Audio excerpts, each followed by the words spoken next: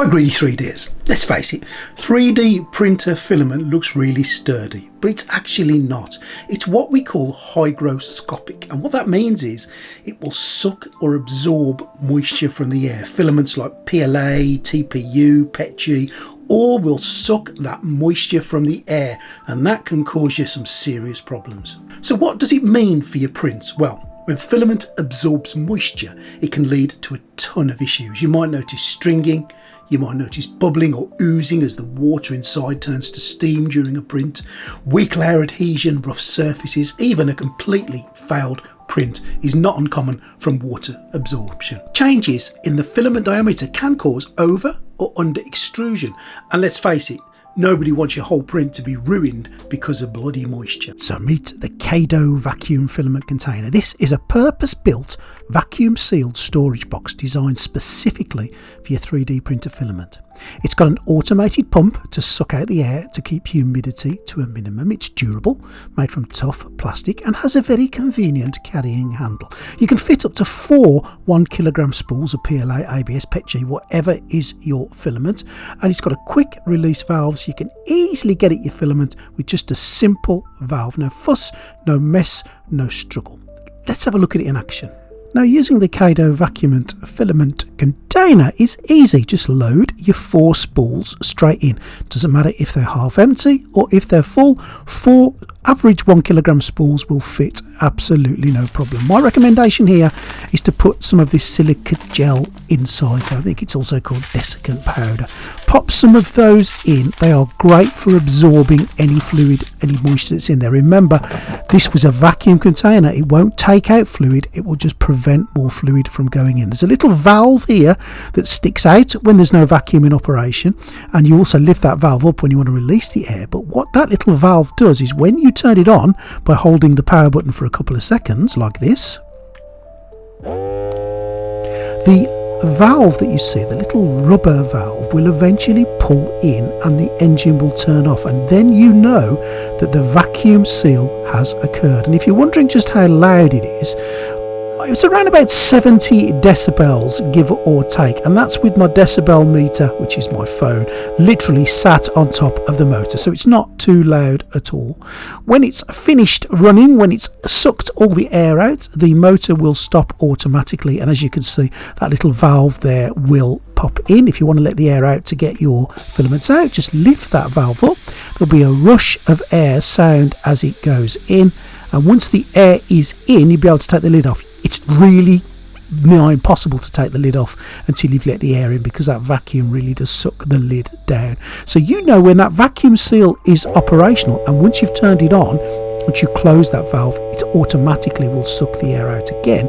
You know that there's no moisture in there, that the little silica gels will pull any further moisture out.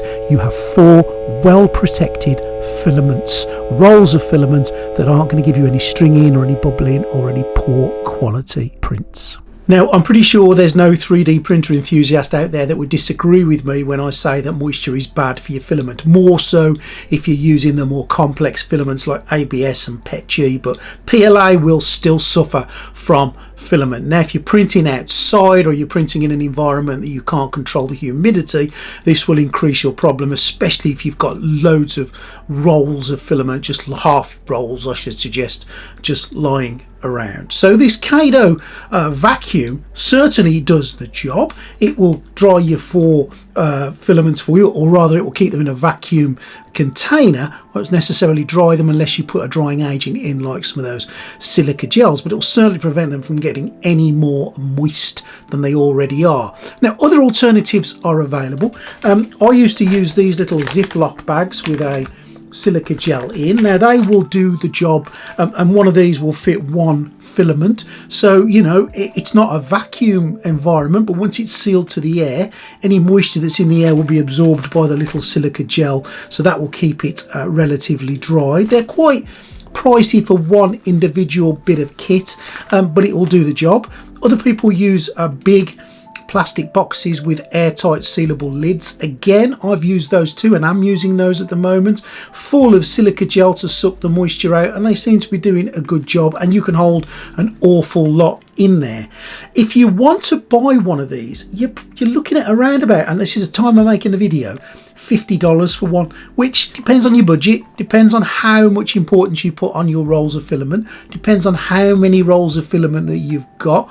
But for $50 you can purchase one of these Caydo vacuum filament containers, which will keep your filament in a vacuum environment and won't let it get any more moist. I'm not going to say whether I think that's too expensive or not, because that's down to you to make that decision. For me, I'm quite happy with my big box that's not vacuum sealed, I should say, but is airtight, full of silica gel. Seems to be doing the job really, really well. And they cost me a fraction of that cost, 15-20 quid from a local sort of hardware store. But I understand as well that, you know, if you've got a little space, you've got a little environment, you don't have a huge amount of spools lying around, or you're working predominantly with spools like ABS or PETG, or more complicated spools than that, some of the carbon fibre spools are renowned for being terrible when they get damp. So if you've got stuff like that and you want to store them in a vacuum storage container, this certainly does the job, and I've got no problem with recommending it, whether you're willing to spend $50 on. And incidentally, it's in the sale at the moment. It should be around about $70, which I definitely think is too much for it. But if you're willing to spend $50 on it, and I don't even think it's available in the UK at this time, but if I do find some UK links, I'll stick them down there. Then fill your boots. You know, it does the job what it says it will do. You're just paying a little bit of a premium for it. Now, I've had it for a few days, and once that vacuum is sealed, it's not like it keeps running occasionally. It's sealed. It seems to be absolutely fine. And I think it lasts for something like, and I'll put myself a correction if I'm wrong, 50 days before you need to do anything about it. Let me double check that and put that here, but I'm pretty sure it lasts for an awful long time until the battery runs out. But even so, the vacuum, because it's a sealed container, should still remain. I like the USB charging. I think it's convenient to charge it with a USB lead. You literally just plug it in, leave it there for, I left mine there for about an hour or so, and it was fully charged. Absolutely fine. There is some instructions that come with it. They're a little bit sketchy, but they do a video on their actual website and on the Amazon page, which tells you all about it. So look, if you're interested in something like this, and I agree you need to do something to get the moisture out your filament, then this is a great tool for the toolbox, an option on the table for you to consider. If you've enjoyed this video, please subscribe. Please hit that subscribe button. It does help the channel so much. It helps us expand. It helps YouTube to send the video out further, and it's just a great thing for you to do. And I'll be very grateful just to hit that subscribe button. If you want to join our Patreon, you would be more than welcome. It doesn't have to cost you a penny, but if you want to donate a couple of quid a month to the Patreon, it just allows me to continue to do things like this for you. Please leave a comment. Let me know what you think. In complete transparency, this has been sent to me for review. I haven't paid any money for it, but my opinion is absolutely my opinion.